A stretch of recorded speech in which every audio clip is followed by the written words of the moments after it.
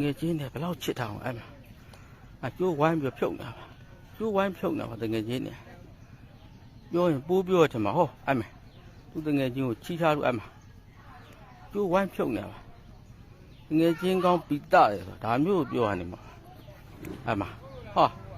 ဟာသုံးယောက်လုံးပါလားဟာတော့လုံးကျိုးဝိုင်းဖြုတ်နေတာဟာလှုပ်လိုက်ပြီကွာ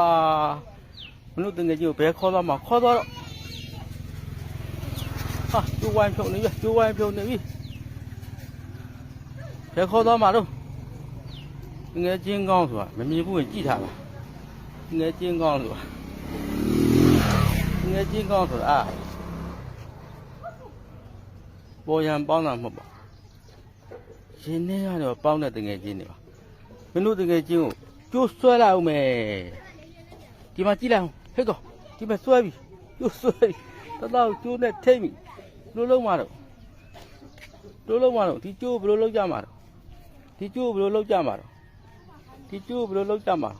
ဟာတငယ်ချင်းတွေနဲ့တွေ့နေပါဟာဒီမှာဟဲ့